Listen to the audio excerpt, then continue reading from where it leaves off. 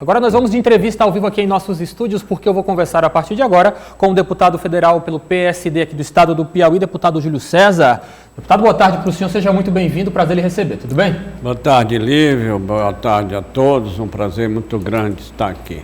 Quero começar nossa conversa perguntando para o senhor acerca dos assuntos que nos levam a refletir mais sobre a medida provisória de número 1052 do ano de 2021. Vai trazer modificações interessantes para a região Nordeste, não é isso, deputado? Bom, essa medida provisória, ela retira recursos dos fundos constitucionais do Norte, do Nordeste e do Centro-Oeste. O que é fundo? É o FNE, é o recurso que o Banco do Nordeste faz financiamento em todos os estados da região Nordeste e aquela parte de Minas Gerais e do Espírito Santo que estão incluídos no semiárido nordestino.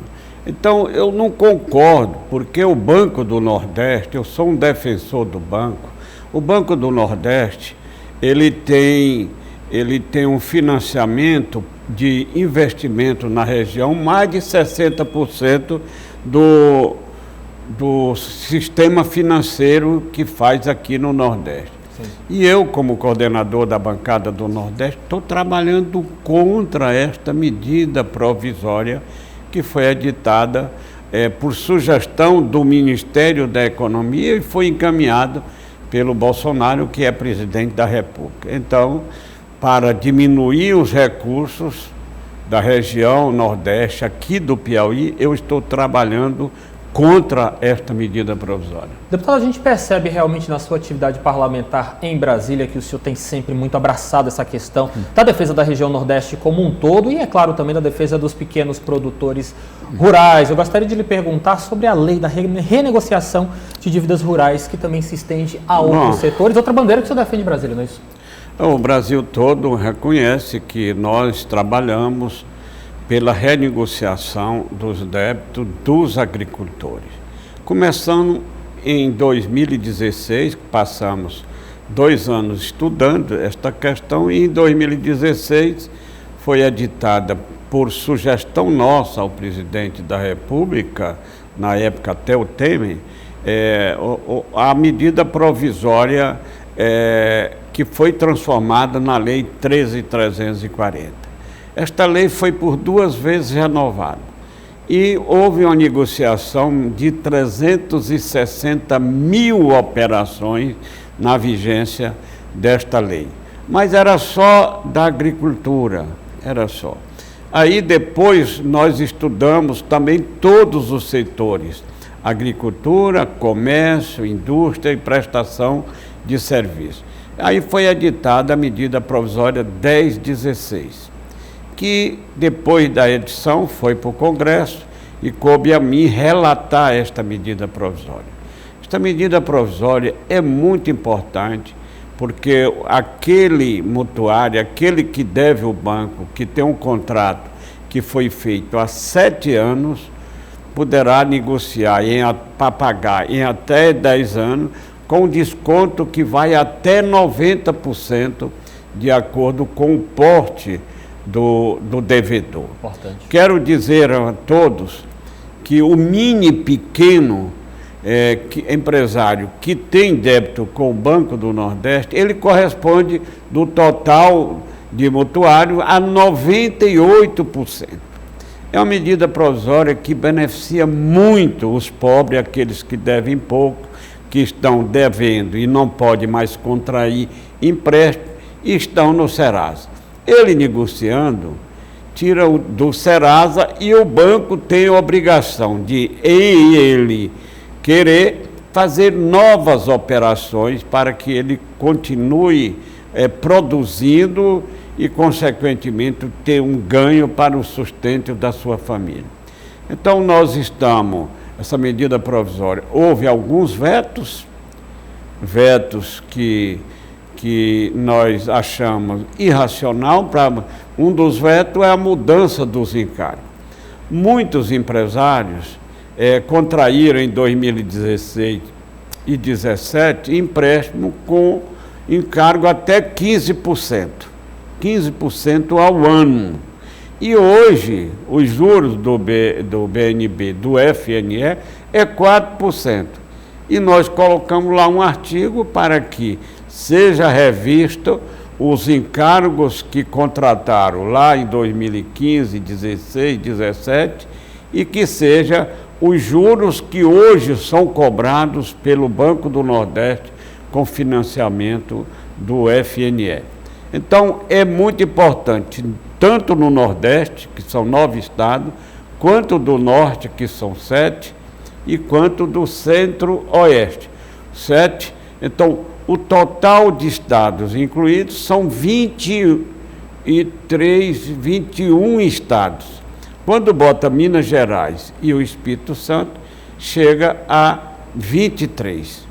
Então, é muito importante para todos que estão enquadrados nessa medida provisória, que pode negociar e contrair novos empréstimos. Deputado, o senhor sempre nas suas falas defende o pequeno agricultor brasileiro e eu queria perguntar para o senhor como é que o senhor avalia a importância desse pequeno produtor na retomada, no contexto de retomada de economia em pós-pandemia, por exemplo?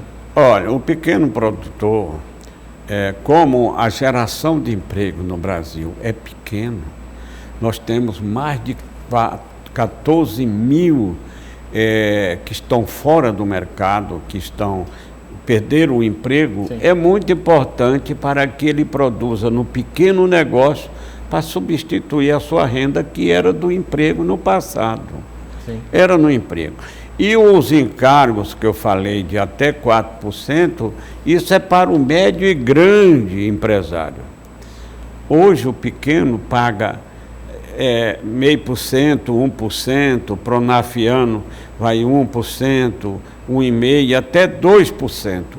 Isso é por ano, não é por mês. Então é muito importante que isto é uma maneira de estimular renda, principalmente para aqueles que perderam o emprego no passado. Ainda falando sobre esse contexto de pandemia que, de certa forma, devastou a economia brasileira, estamos aqui às vésperas de possivelmente anunciarmos mais uma vez a prorrogação do auxílio emergencial. Como que isso avalia para este benefício do governo federal? Qual a importância do auxílio emergencial nesse contexto em que a vacinação, de certa forma, ainda anda a passos lentos, mas que, de certa forma, evolui, e, é claro, para a retomada da nossa economia como um todo? É muito importante. Eu gosto de olhar um lado que é beneficiado e o outro lado que paga. O auxílio emergencial dos 6 meses do ano passado, o governo gastou 296 bilhões e aumentou muitas contas públicas do governo. Então o governo está diminuindo.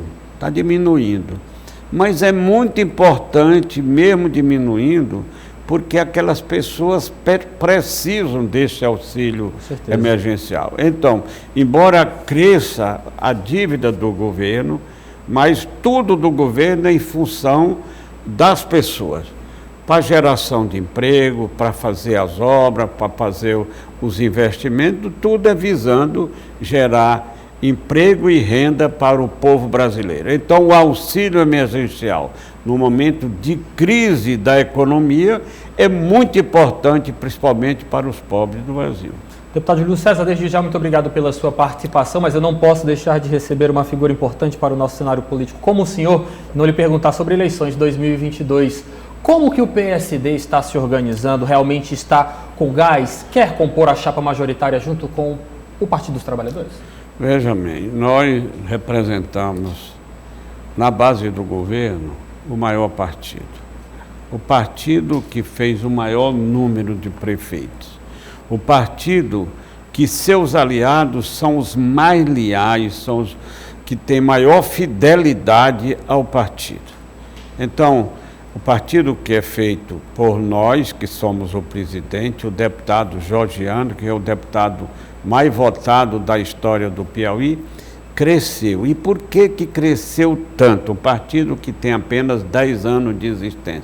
Pela credibilidade e pela confiança que nós transmitimos para os nossos aliados, para as pessoas que participam do nosso partido.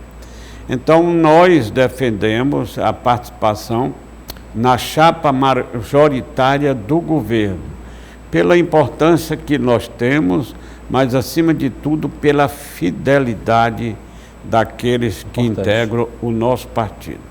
Eu gostaria também de falar de um projeto que eu defendo muito. À vontade. Quero dizer aos prefeitos que nós estamos trabalhando para votar ainda nesse semestre ou no começo do outro a PEC do 1% dos municípios.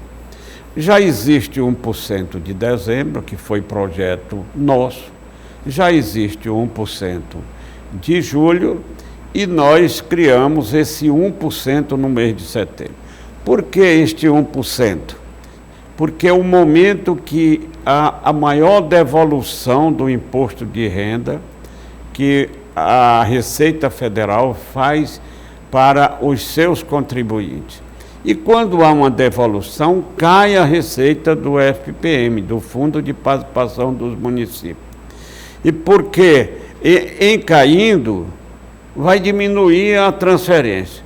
Aí eu quero esclarecer o que representa o 1% para os municípios. 1% para todos os municípios do Brasil representa 4 bilhões e 500 milhões de reais. E para os municípios do Piauí, mais de 130 milhões de reais. Para Teresina, mais de 20 milhões, 20 e poucos milhões. E para o menor município do Piauí, que é 06, em torno de 250, 280 mil reais. Então, eu estou dizendo o maior e o menor e o total que recebe o Piauí. Agora, este 1%, ele vai ser parcelado em 4 parcelas, porque o Tesouro Nacional, em negociando com o Tesouro e a dificuldade que ele tem, o governo pediu que parcelasse. E nós aceitamos, fizemos um acordo, conversamos muito com a CNM, com a Associação de Municípios aqui do Piauí e conseguimos aprovar no Senado, primeiro lá no Senado, que essa PEC começou lá. Depois chegou aprovado no Senado, na Câmara, já aprovamos o primeiro turno e falta só o segundo turno para começar a viger. E eu, embora as outras duas eu fui o autor, nesta eu sou o relator, nós estamos trabalhando para aprovar o quanto antes para começar a viger no ano que vem. Sucesso então, deputado. Muito obrigado pela sua participação e volte mais vezes, tá bom? Boa tarde. Obrigado, boa tarde a todos. Obrigado.